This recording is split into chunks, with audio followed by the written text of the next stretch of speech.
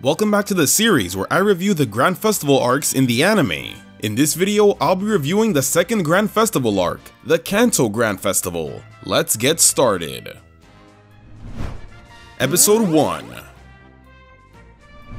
May, we hardly drewed ya. That's a stupid name. May and the gang have arrived at the Indigo Plateau for the Kanto Grand Festival. I love how May's final challenge of this series is the exact same site of Ash's first Pokemon League run.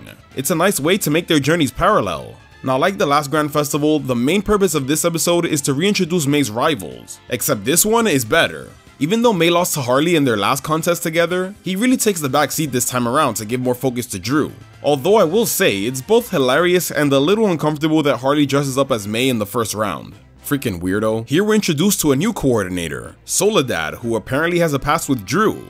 Now, aside from her being the counterpart to Ash's last-minute league rivals that solely exist to defeat our protagonist, she actually does play another good role. Because she has a past with Drew, she's able to give us more insight into Drew as a character, and we even get a bit more backstory. Up until this point, Drew's just been the edgy cool guy that's been slowly respecting May as a coordinator. But thanks to Soledad, now we learned what it was like for Drew when he first started. Apparently, he lost against her in his first ever contest, and it was that moment that pushed him to work hard and become the coordinator he is now. That's actually pretty interesting.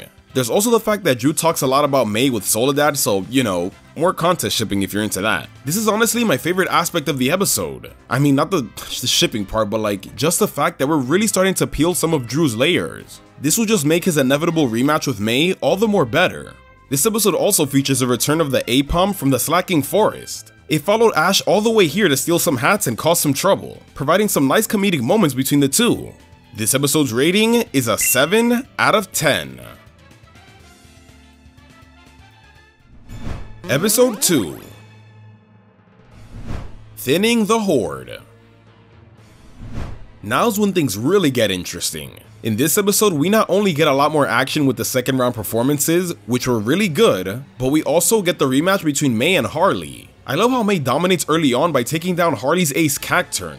Really shows May's growth as a battler. She did struggle a bit against Wigglytuff though because of its floaty movements, but she's able to use that to Harley's disadvantage to get the win. That quick, in-the-moment thinking felt like such an Ash move. And like that, Harley is done for good. Now, although this was an important part of the episode, the topic I really want to touch on is May and Drew. This Grand Festival just continues and continues to peel Drew's layers. In this episode, we really see Drew's insecurities as he's displeased with Absol's performance, although that shit looked pretty good to me, bro. But this is cause it's finally getting to him that May's actually kinda good and could actually surpass him. It scares him.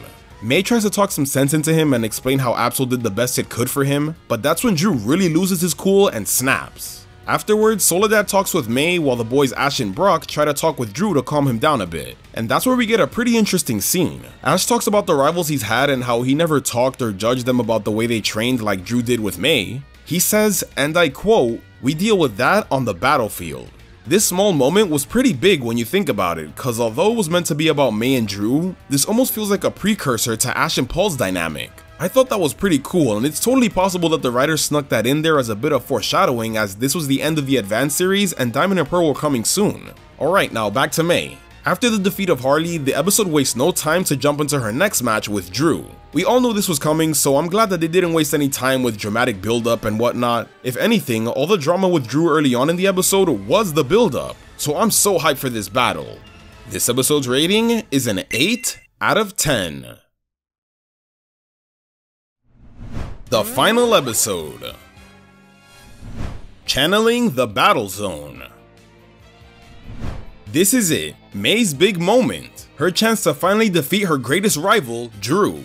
My god, do I love this battle. Unlike their last Grand Festival battle where it was mostly one-sided, May is holding her own and giving Drew a good run for his money. I love how she's pulling out all the stops here and using everything she's learned on her journey. Like when she uses Tucker's fire and water fusion on Drew to land some big points. That was so awesome. Also, I love how May is able to defeat Drew's Flygon. That's the Pokemon he specifically caught to defeat May, and it's what fucked her over in the last Grand Festival. And here, May's able to get that sweet revenge on it. When it comes down to Combuskin and Absol though, that's when it really gets serious. Now Drew has to rely on the Pokemon he's been giving a lot of shit to in the episode prior, which is super cool narratively. And of course, May's down to her first Pokemon. I thought it was so epic how it learned Overheat mid-battle. This was just so awesome. It was just such a good battle, and in the end, May is finally able to defeat Big Bad Drew. That's what I'm talking about. Another great aspect of the episode is Ash's Apom capture. After being a pain in the ass for the past 2 episodes, it's finally able to calm down so that the gang can watch May's battle, and Apom was super into it. This was such an awesome way to set up Apom's future character arc and interest in contest, and not ping pong. Now, although this episode was pretty perfect up until this point, I don't like the way it ended. I'm not mad that May lost, but I hate the fact that we spent the past 2 episodes building up Soledad and we don't even get to see her full battle with May. Why would they do that? The battle turns out to be completely one-sided as well, which kinda ruins the celebration of May defeating Drew. And then of course, Soledad wins the Grand Festival, then Drew leaves, and the arc is over. Like, fuck. What a rushed ending to an episode that was shaping up to be one of the best in the entire series. What is this, the Kalos League? It's such a shame honestly, and it brings down the episode for me a bit. So this episode's rating is an 8 out of 10. This Grand Festival's overall rating is a 7.6 out of 10. It's really good. I like that May's able to get back at Harley by winning fair and square, and most importantly, she's able to beat Drew. We even had some good moments with Ash and Apom. This Grand Festival is honestly a huge upgrade from the first. Since this will be one of the last big moments for May as a main character, it took itself a lot more seriously and didn't waste any time. Honestly, every episode is solid, but there's 2 things that kinda hold it back. Soledad and the ending. These kinda go hand in hand actually. I like that she's here to give us more insight into Drew's character, but I feel like sometimes she's a little bit too convenient, you know? Like she seems to know everything that's going on through his mind, and I get that she's supposed to help May understand him a bit better, but sometimes it comes off way too forced, and it's like the writers are just using her to tell us what Drew's thinking, rather than showing us. I just don't like how she was kinda overused a bit, especially since we don't even get to see her full battle with May. That rushed ending really taints an almost perfect episode, to be honest. I get they didn't want May to lose to a random person, but I just wish we had an extra episode for the conclusion of the Grand Festival instead of trying to cram it into the conclusion of May and Drew's rivalry. But anyways, aside from that, everything else was really good. And even though the ending was kinda rushed, I'm glad they absolutely nailed her victory over Drew, which is honestly the most important part of all of this. It really shows how far May's come as a trainer and coordinator, especially since she started out as someone who didn't like Pokemon. But look at her now, going toe to toe and even defeating her main rival. She's really come a long way, and that's what makes this Grand Festival a memorable one in my book. Thanks for watching everyone, make sure to live your life to the fullest and have yourself a damn good one.